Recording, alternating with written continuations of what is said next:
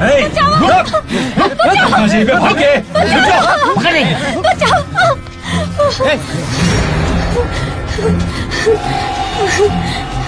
ये क्या है?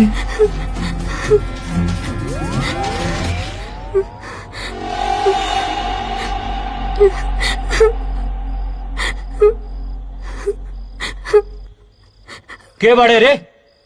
तू इकरा के हमरा हवाले कर दे।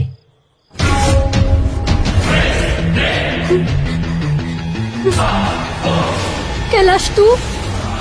के बाड़ू तू? हम सलोनी, गंगा के बहन। गंगा? ए बेवड़ा! ए लौकत नहीं खे? हम केहू से बात करता नहीं बीच में। अरे वो गंगा के कारण तो हमारे ही हाल हो गए। और तू ए जाए इतनी रात के का करताड़ू? वो गुंडा लोग हमारे पीछे करत बाड़े, हमरा के बचाला। ए ले जाओ से एकरा के। हमरा के बचाला। ना छोड़ हमरा के। चल लेके चल, चल।